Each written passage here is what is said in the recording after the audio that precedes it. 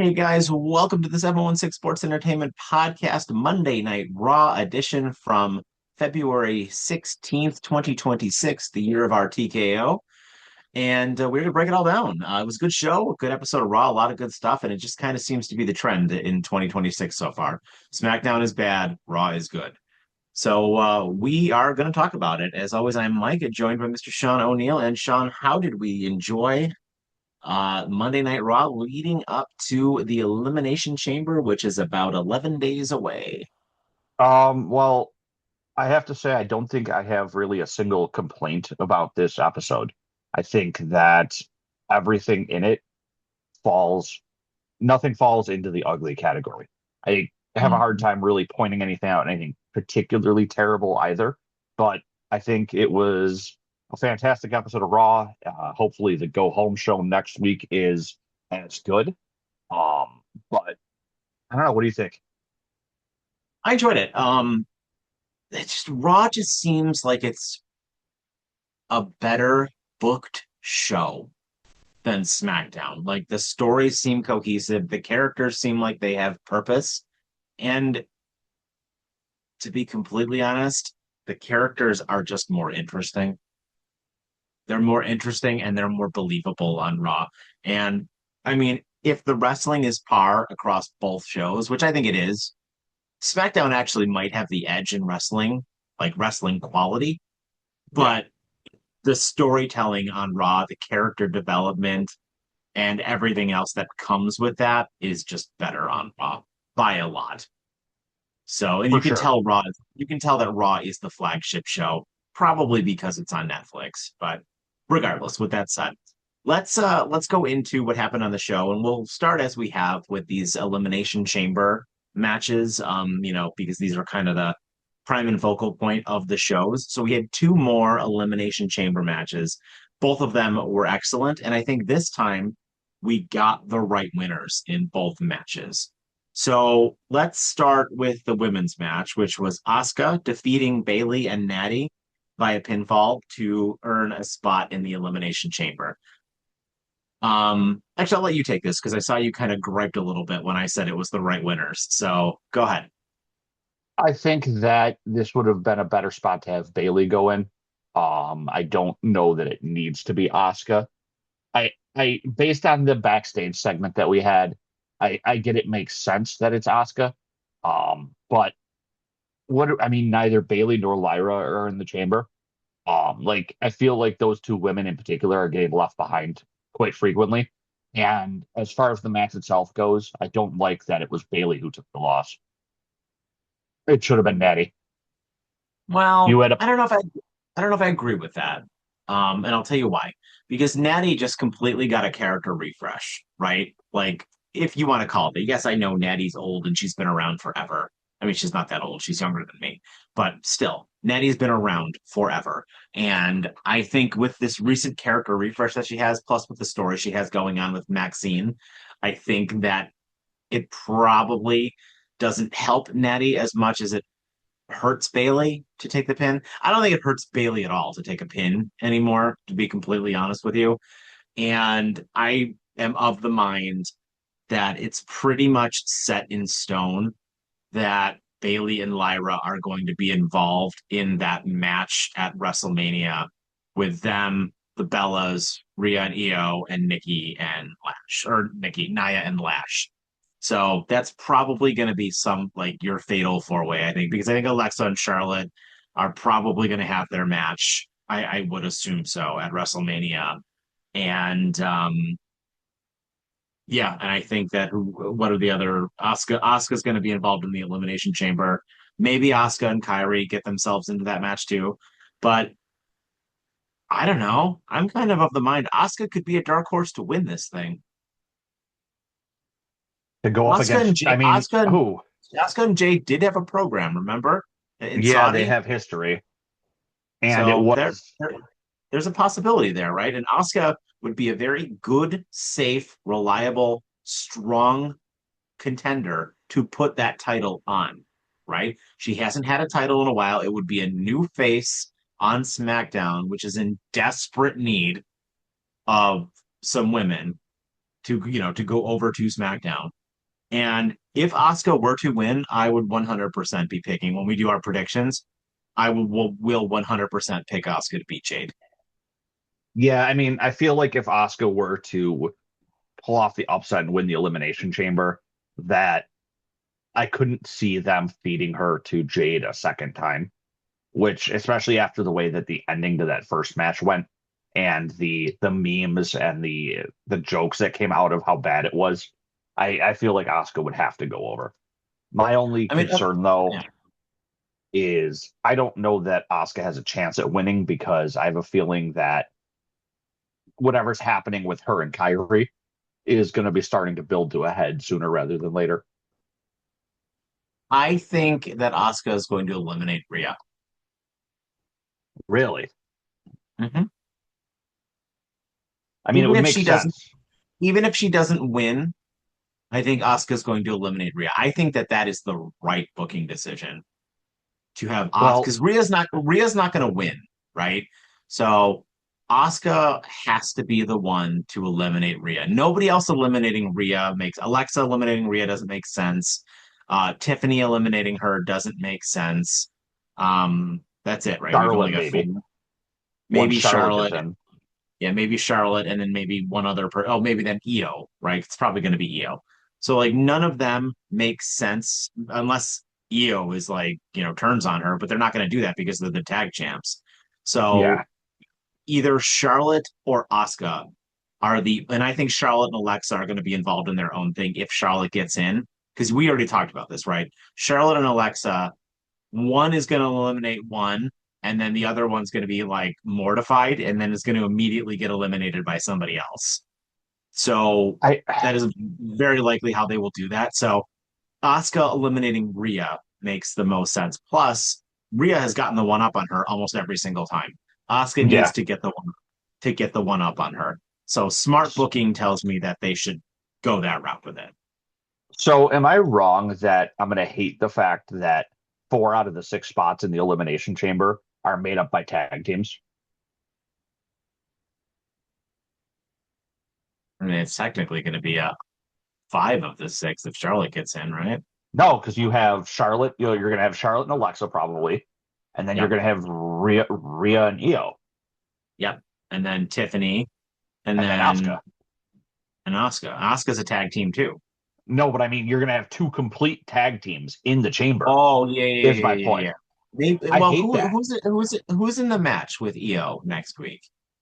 Io, Kyrie, and Yeah, so maybe Kyrie will get in, but that's still a full tag team there. And then it's not Maxine, is it? It is Maxine. no, is it Maxine? Yeah, it's I Maxine. think Io, so. Io has to win that match. Like, Maybe Maxine will win. I mean, that would be cool. That'd be a good spot for her. And then you could have Nattie cost her, Yeah, you know? I could get behind. I could 100% get behind that. That would be a good thing for Maxine because then it would not look like a complete burial of her losing the title, right? Yeah, Like putting her in the Elimination Chamber would still be a good show of confidence in her work, in her character work, in her wrestling ability, and growing her as you should be growing new young stars because she is a new young star, exactly. So that would be the right thing to do. I don't know if I count on WWE doing the right thing, but putting Maxine in, Io doesn't need to be in there because No, Rhea's in there, right? And Kyrie, unless you're going to do something between Kyrie and Asuka, Kyrie's a jobber. Kyrie doesn't need to be in there. Like Asuka is the star of that group, right? yep. So I wouldn't love it if Io and Rhea just ran roughshod over because they're the tag Yeah, team champ, right? They're the tag team champs. That doesn't make sense to me to put them both in there. So I don't know, that's but my point. I like the addition of Asuka. I think adding Bayley would have just been like, well, she's not going to win. So Yeah, I guess. don't get me wrong, I love Bayley. I would make Bayley the champion on SmackDown if I had my way. I just think Bayley's kind of fallen down the card lately a little bit, and I think she needs a little bit of a because they kind of like completely dropped that her having multiple personalities story, and I think they need to kind of go back to that a little bit. Yeah. So, but overall, the match was great. All these women got a chance to shine. Every single one of them had an opportunity to win. There were a bunch of near falls. It was very enjoyable. I liked everything about this. Even Nattie looked good. Yeah. Um, which did not lead us to, but there was another, the main event of the show was another men's elimination chamber match between Javon Evans, who defeated Dominik Mysterio and Gunther to advance and put his ticket into the Elimination Chamber, which is absolutely the right booking decision here. And Yep. everything about this worked perfectly because we've been saying, Javon Evans is a new young star, right? And it's a great opportunity. He's not going to win. Like he's absolutely not going to win. But it is great that he is in this because this kind of match is perfect for somebody who wrestles the way he does.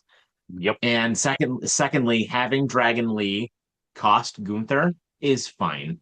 So it's you know what, it's a short little feud here for Gunther, something for him to do for the next couple of months until we get to his whatever his WrestleMania program is going to be. And I think that you definitely didn't want Gunther taking the pin here, and there really was no other believable way for Gunther to lose this match other than what happened. So I think that this is fine. And also with Dominik as well, just one more thing and then I'll let you go. Given what happened earlier in the night with the IC title number one contenders match, I think it's important that Dominik didn't win this too. Because Yeah. now No. he'll be forced to actually defend that title. No, you're 100% right. As I think the biggest mistake here would have been having Gunther win. I think either Mm-hmm. Dom or Javon was the smarter choice. I think Mm-hmm. especially Javon Evans with the bounciness of him and the flying all over. I can only imagine him hitting an OG cutter off the top of one of the elimination chambers. Right? And it's going to Nuts. be, yeah. And I want him to do it on Randy Orton. But I think that the match itself was incredible. I'm very curious to see what happens next week with Gunther and the Dragon Lee thing, with them doing the AJ Styles appreciation show. Because Mm-hmm. I'm still kind of questionable on AJ actually being truly retired. I'm wondering if we're going to get like an unsanctioned thing between him and Gunther. I think that would be awesome. If like at Mania we got an unsanctioned match between Gunther and AJ Styles. But That'd be pretty cool.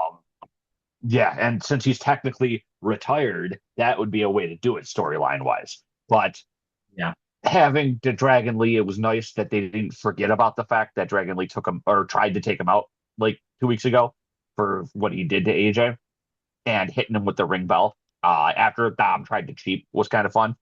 Yeah. Um, but yeah, no, I could not be happier, and I think this is the first actual person that's gone into the elimination chamber on the men's side, especially that I'm very happy with. Yeah. 100%. I'm 100% with you. And yeah, it's the elimination chamber for the men. I mean, I think it's going to be a really good match. I mean, I'm still of the mind that Cody is probably going to win, but I think it's going to be a good match all of the same because it isn't escaping from me that Cody is still an excellent wrestler. And, I think that the match will still be excellent. But the WWE is doing a really good job on getting everybody, including me, who's a big fan of Cody, to turn on Cody a little bit. And maybe that's on purpose, but I'm starting to think it's probably not on purpose. I mean, they were talking about a different side to Cody, so maybe this is their intent that they're trying to make Cody not quite the lovable white meat babyface that he has been since he's been back. Bring a little bit of edge to his character. And I read something interesting the other day. I know this is a little bit off topic, but what watch Cody not even be in the title match at Mania. Watch Fatu cost him the elimination chamber, and we get a match between Fatu and Cody at Mania instead. Yeah, I mean, I still feel like right now, though, the WrestleMania match is going to be a triple threat or a fatal four way. Like that Yep. seems the most likely. But you might be right. I'm still leaning the Fatal Four Way. I've been saying that for like a month now. I just think that Cody's got to be in that title match against Drew because, like, who else is it going to be? Right? Like, it's not going to be Roman and Punk, obviously. It's not going to be if it's not Cody and Fatu, who else is going to be? It's not going to be Brock Lesnar, right? Sammy. Like, I mean, that's not a main event of WrestleMania That's my point. unless they give it to one of the women, which I mean, they're not doing a very good job of building up these women's things yet, but they could kick that into a higher gear, I suppose, and maybe do a better job with building up one of these women's matches so it could main event one of the shows. But right now, no. Right now, Yeah. absolutely not. So, No, yeah. I mean, yeah, no, neither. As of right now, the only feasible, I mean, obviously Cody Roman is going to be one of the, or not Cody Roman, Roman Punk Punk Roman. is Yeah. going to be one of the main events, probably Sunday, I'm expecting. So Oh yeah, th that'll be the main event. I can't think of anything else that could potentially be other than the Drew match. I mean, if Bianca comes back and wins this Elimination Chamber, we see her in the next week or two. Um, Yeah, Bianca and Jade, as much as Jade's terrible, Bianca and Jade could main event night one of WrestleMania. I could see that, but that all hinges on Bianca's finger. Yeah. I mean, let's be realistic though. Like we have pretty much until this Friday, right? If Bianca is not on this Friday's episode of SmackDown, where the final women's elimination chamber will be decided, then because they haven't announced what a match for it yet, right? Because we've got a match on Raw, we've got Io, Kyrie, and Maxine for one of the spots. So the only other one is going to be a SmackDown match, which Yeah, hasn't been announced yet. So if you see anything a little bit here where it's like, oh, mystery person and so, whomever, right? got to be Then Charlotte is one of them. yeah, right. So then maybe it's Bianca. But if they announce three people, and say one of them is Kiana James, one of them is Charlotte, and one of them is Nia Lash or Jax. something like Lash was already in Nia. one. Oh yeah, then Nia Jax, right? Then it's probably going to be Charlotte. Yeah, it has to be. So I don't think yeah, I'm starting to think that Bianca's gonna unless she's back on this Friday. I don't think she's coming back, which means I don't think she's coming back until after WrestleMania, which means we might not even see her until the Raw after WrestleMania. Yeah, I mean, if her injury rehab has been as bad as they've been saying, I mean, who the hell knows? You know what I mean? Yeah. Yeah, no, you're right. So yeah, I don't know. So I guess we'll have to wait and see with that. But as we mentioned, during this match, the Intercontinental title is finally going to start to be defended, which is good. Another good thing on this show, because there's a lot of goods on this show. This saw the new El Grande Americano get defeated by Penta in an incredible Mexican destroyer when Oh my God, the original came was under the ring and pulled the two his two henchmen guys under the ring and then kind of came out and did an incredible suplex on I think it was Ryo Americano, which was absolutely fantastic. And see, for me, this does a couple of things. One, Penta versus Dom for the IC title is going to be great, and I think Penta should win. A. B. We've said this a couple of times on this channel. The Grande Americanos versus the original Grande Americano is going to be a WrestleMania match. yep, 100% is going to be a WrestleMania match, and it should be, right? And hell, you could very easily pull a couple of other guys into this if you need to. If Penta is not the IC champion, you could put Penta and Ray Phoenix here. If if Penta is the IC champion, you could put Ray Phoenix and Dragon Lee here, or Ray Mysterio here, unless Ray is going to do something with Dom. You know what I mean? So like you've got a lot of options here of different people you can get into this match. It's probably going to be a triple threat match. I don't think they're going to do a singles match at WrestleMania anymore, just because I think they're going to want to get more people on the card. yeah. But regardless, excellent win for Penta. Finally, we're moving in a direction where we're going to take that title off of Dom, which we need to do. That title needs to go on somebody who wrestles all the time, like the US title, right? I don't need an IC title open challenge. I just need the IC title to be defended more frequently. At least once a month, at least. Yep. Yep. And you've already mentioned it, but that Mexican Destroyer was an absolute thing of beauty.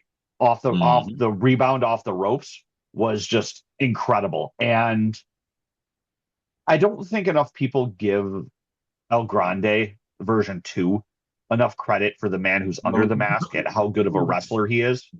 Ludwig. For like, did you see when Penta hit him with the Penta driver, how he Mhm.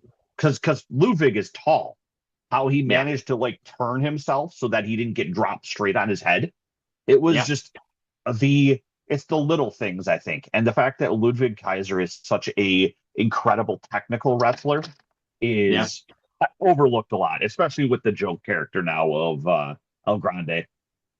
Well, I mean, I think there's something to be said for the amount of time he spent with Gunther, right? Like, dude was basically being tutelaged by one of the best technical wrestlers in the world. Yeah, it's too You bad know? Giovanni couldn't do better. Yeah, they just botched that whole thing, I think. So, I don't know. But yeah, no, he's great. I think this is a lot of fun. And finally, I know I've complained about these characters, but this is moving it in the right direction.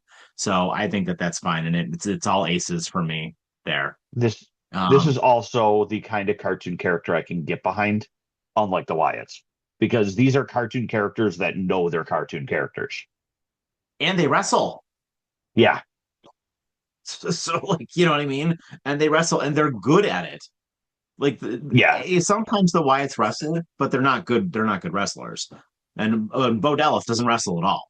So like, so I just I can't get behind the Wyatts, and I don't want to Oh, drag this like show down by no, talking about the Wyatts. I just meant the So cartoon character aspect. yeah, yeah, yeah. And then the only other match on this show, and then we'll talk about some of the speaking segments in a second, was the Vision defeating LA Knight and the Usos, which is actually what opened the show.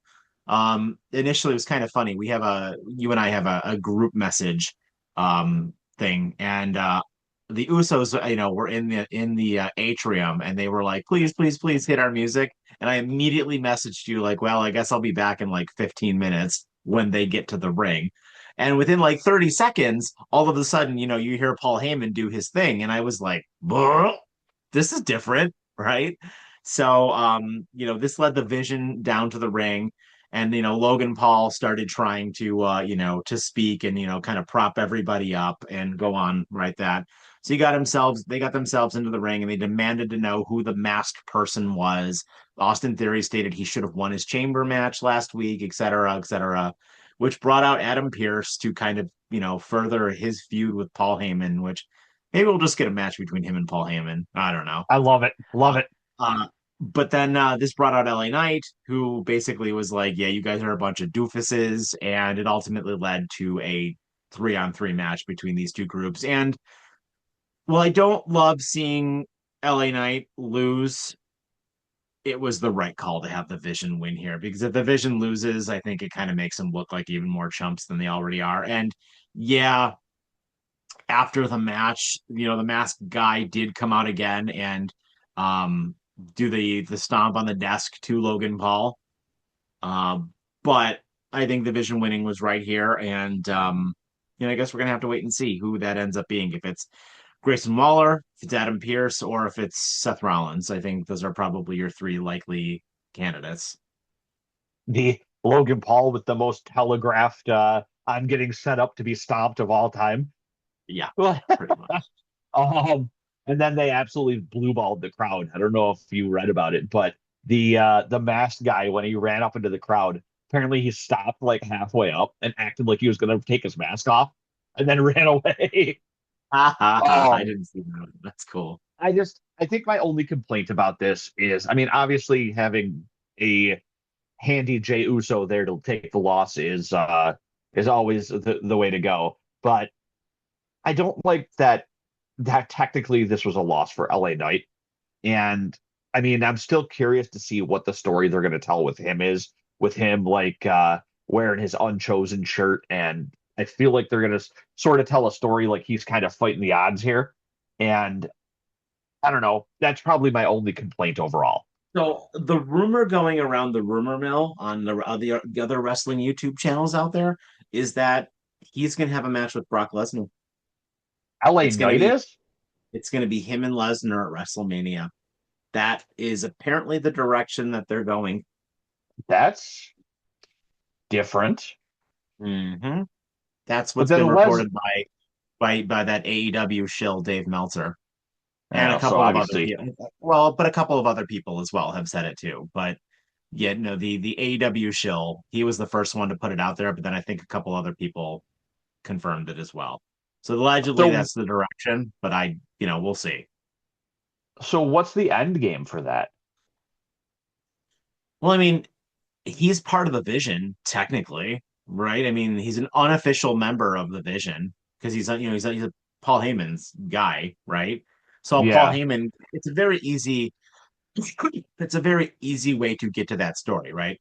LA Knight just keeps giving them shit and they can't seem to get away from him. And finally Lesnar comes out and is just like, dude, I'm gonna destroy you. Or Heyman Like, calls Lesnar in to help him. yeah, something like that, right? And I think that you could very easily get to that match Does because they've LA Knight done they win? no. Well, he should, but I don't know if he will. But I mean, they've done nothing to build up to Oba and Brock. They've done nothing to build up to Gunther and Brock, which are the only other things that make sense, right? Especially as it looks like they're going to go a different path with Oba. Unless you're going to do Oba and Gunther, but then who wins that? I don't do Oba Gunther yet. Um, I like my idea of an unsanctioned match for Gunther. I think Yeah, that, and then I think you get your Gunther Brock that like you and I have talked about on here, Gunther Brock for SummerSlam, SummerSlam. Yeah, because that's going to be, I mean, that's when you're going to retire Brock. and it's because it's in Minnesota, like that's, and then he can Yeah. go wrestle bears on his farm. Well, his contract is up at SummerSlam. Oh, did he So, just do I like a mean, 1 year? yeah. So, for all intents and purposes, Brock is done after this, which he should probably retire anyway. I mean, let's be honest. I mean, they don't really use him for much, even because he's honestly like he used to be like a showcase kind of thing you'd bring him in for. But even Special that, attraction. it's Yeah. yeah, even nowadays or now he's not even that much of a special attraction. Yeah. So, so I guess we'll see. I don't know. I mean, but that's what allegedly is floating around the rumor mill. I mean, you got to have something for all these Vision guys to do, and they've done nothing to make me think that these Vision guys are going to be involved in the tag team title scene. I mean, maybe they should be. That would be a good thing if you could get Big Bronson Reed and Logan Paul or Logan Paul and because Logan Paul is going to be on the card, right? I mean, the Vision is going to be on there somehow, right? Yeah, So some kind of match with the Vision and three baby faces is going to happen somehow. So I don't know. I don't know how we're going to get there, but I'm sure we're going to get there. I agree. So So we had three other segments that were not matches that were of note on this show, and they were all excellent. Every single one of them. I want to start with CM Punk and Finn Balor. So Yep. we did have CM Punk come down to the ring. He cut a rather long promo about, his thing with Adam Pearce about how Adam Pearce has stated that he was going to jeopardize the main event of WrestleMania. Then he kind of talked about Finn Balor a little bit and kind of, made fun of the Judgment Day a little bit, which brought out the Judgment Day of Dom returning JD McDonagh and Finn Balor. And they came down to the ring. They made it seem like they were going to jump Punk, but they didn't. You know, Punk had a couple of really great one-liners in here, which I'll let you get to in a sec. And overall, this was a very good segment, which helped to build their match, which is going to occur at Elimination Chamber. I liked everything about this. It made Finn feel believable. It made him feel like a threat. It furthered the tension within the Judgment Day. It kind of called out Dom for not defending his titles. So, like, I think that this promo segment did a lot of good. Oh, for sure. It covered a lot of bases. With Punk bringing up his obviously his problem with Pierce and all that, and his lack of respect for Balor, and calling out, I think Dom was a good thing to do, and of course, making fun of JD McDonagh's head is always worthwhile. Guy looks like a walking like a supersized midget. Um, but I think the whole thing of him turning his back on Balor and Balor holding back McDonagh from going after him was, I think, a fantastic storytelling beat. And then same when he got out of the ring and he nutshotted Balor with the microphone, which props to Balor for not responding to taking a shot from that that microphone. But the Mhm. holding back McDonagh losing his mind, I think is huge as far as what we're gonna do with Balor going forward. Yeah, because this breakup of the Judgment Day at this point is starting to seem inevitable, right? I mean, with everything going on between the three men, and we'll talk about the women in a second, but I mean, yeah, absolutely. This is also the first time in how long that everybody's been the whole Judgment Day has been back at once. Yep, absolutely. Which brings us to the women in the Judgment Day, more specifically your Royal Rumble winner, Liv Morgan. She had a sit down with Michael Cole and Dom, where Michael Cole tried to grill her on she was going to pick for her WrestleMania opponent, which brought in Stephanie Vaquer completely in Spanish, which was excellent. And you had her just blasting Liv Morgan, and Dom was trying to respond back to her, but also trying to translate for Liv at the same time. And instead of Liv getting mean and physical about it, Liv was getting upset, like visibly upset, like she was going to cry for He whatever did. Stephanie was saying to her.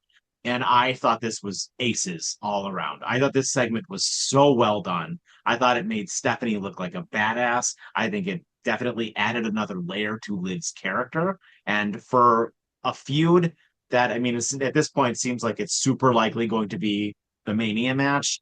Um, I think that this did a great deal to help build that match a lot. Did you happen to look up what she said to her? I did not. I looked it up, and it was basically all about how Liv had everything handed to her by being in the WWE system, whereas Stephanie had to fight for everything that she's had, and that's why she's going to do everything she can to defend the title and all that.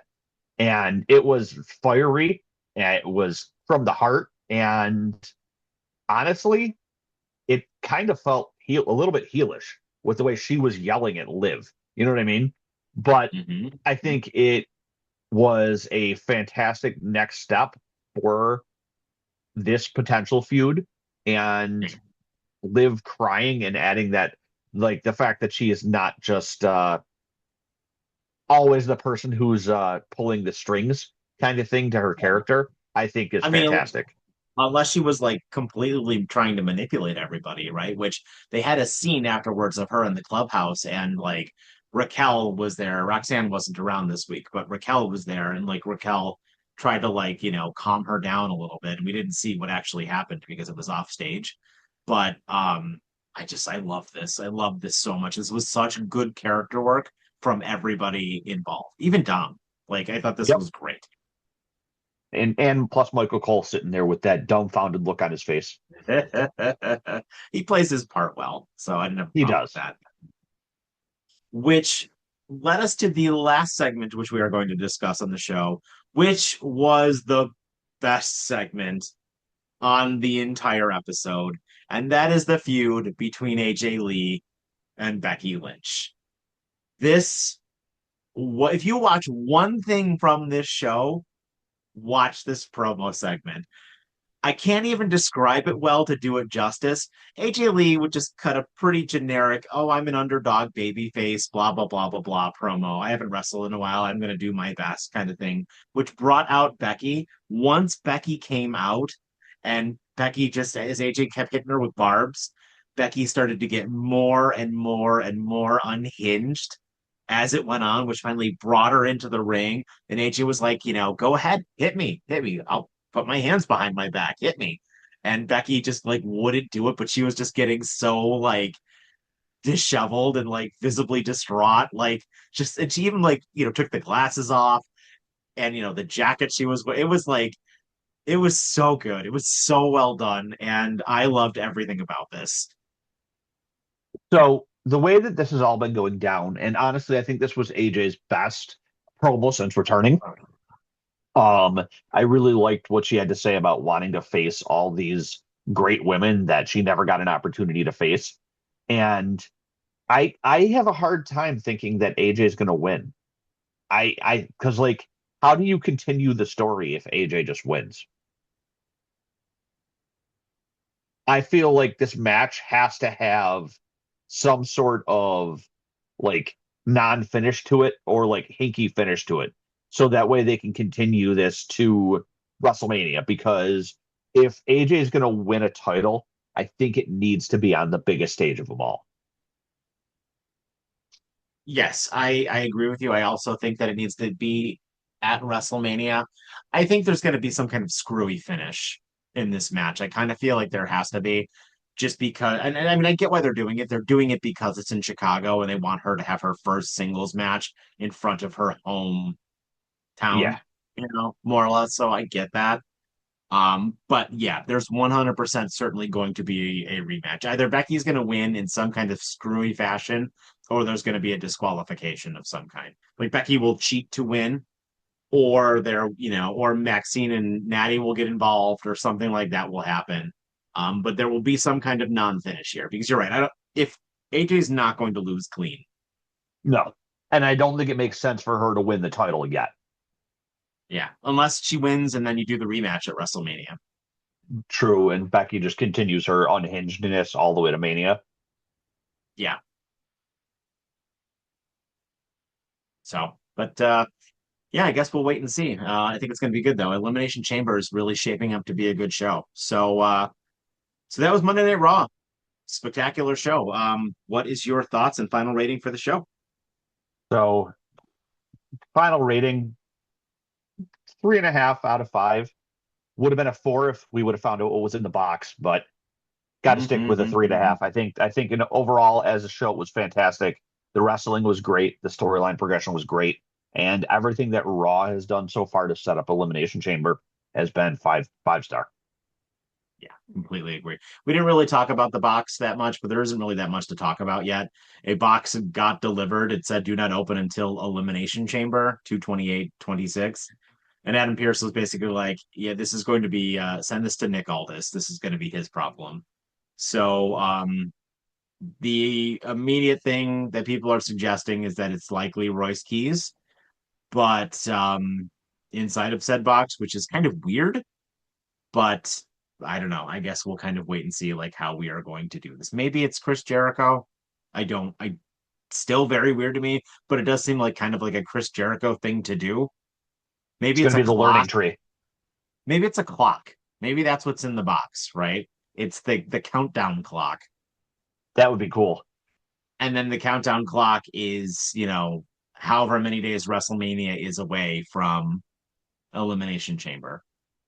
That would actually be really cool. Or just some random guy that pops up and goes, "Hi guys." Right. So yeah, but anyway, with that, I do agree with you. I think that this show is excellent. I think Monday Night Raw does such a good job with its storytelling.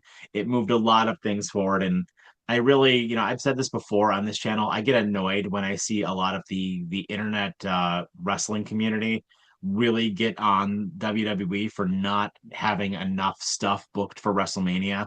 But like I've said before, if you peel it back just a quarter of an inch, you've got like 7 WrestleMania matches on this show right now that are Yep. realistically going to happen.